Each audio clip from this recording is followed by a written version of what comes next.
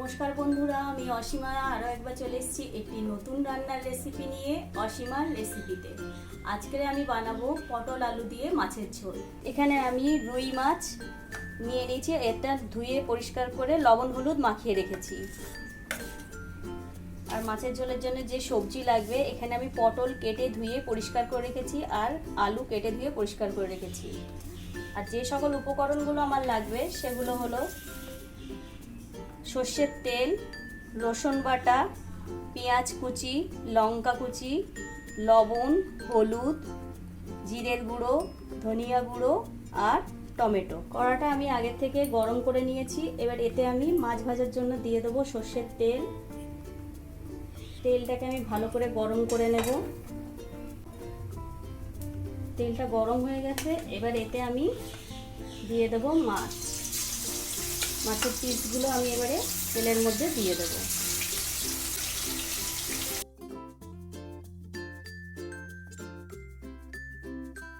মাছের পিসগুলোকে আমি সুন্দরভাবে ভেজে নিয়েছি। এবার এগুলোকে আমি একটা পাত্রে তুলে নেব। পিসগুলোকে একটা পাত্রে আমি উঠিয়ে নিচ্ছি।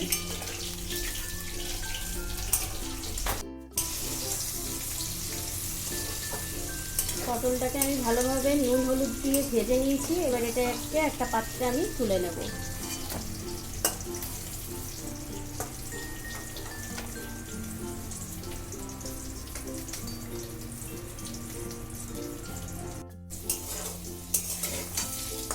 আলুটাকে আমি ভালোভাবে ভেজে নিয়েছি। এবার এগুলোকেও আমি এখানে নামিয়ে নেব।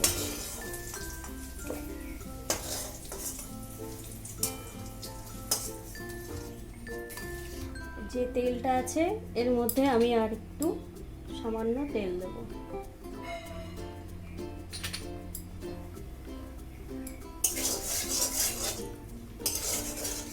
এবার এর মধ্যে দেব আমি পেঁয়াজ কুচি,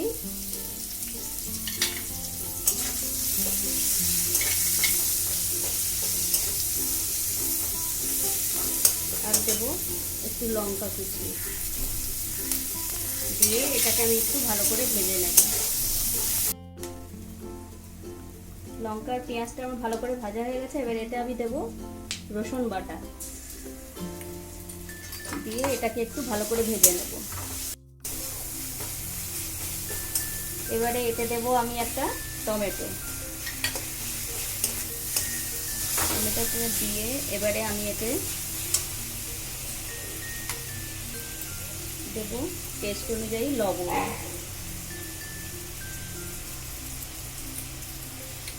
এটাকে ভালো করে কষিয়ে নেব।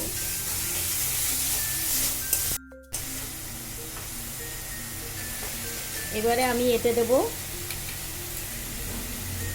হলুদ গুঁড়ো,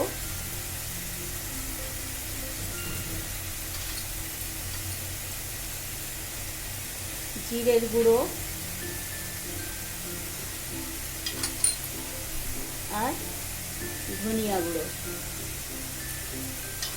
দিয়ে এটাকে ভালো করে মিশিয়ে নেব।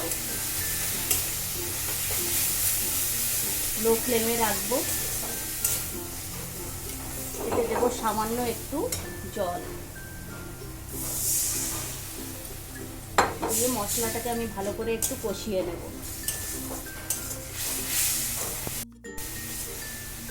মশলা দিয়ে এটা আমি কষিয়ে নিয়েছি। এবারে এর মধ্যে আমি দিয়ে দেবো ভেজে রাখা পটল আর আলু দিয়ে এটাকে ভালো করে কষিয়ে নেব। পটল আর আলুটাকে আমি ভালোভাবে কষিয়ে নিয়েছি। এবার এতে আমি দিয়ে দেবো জল।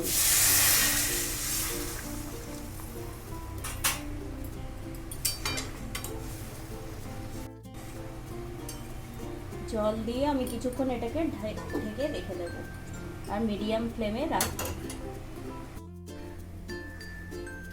2-3 মিনিট পর আমি ঢাকনাটাকে খুলে নেব। খুলে দিয়ে যেহেতু আমি আলু আর পটল ভেজে নিয়েছিলাম তাই এগুলো সিদ্ধ হয়েই আছে। এবারে এতে আমি ভেজে রাখা মাছগুলো দিয়ে দেব। দিয়ে আরও 2 মিনিট এটাকে আমি হাই ফ্লেমে ফুটিয়ে নেব।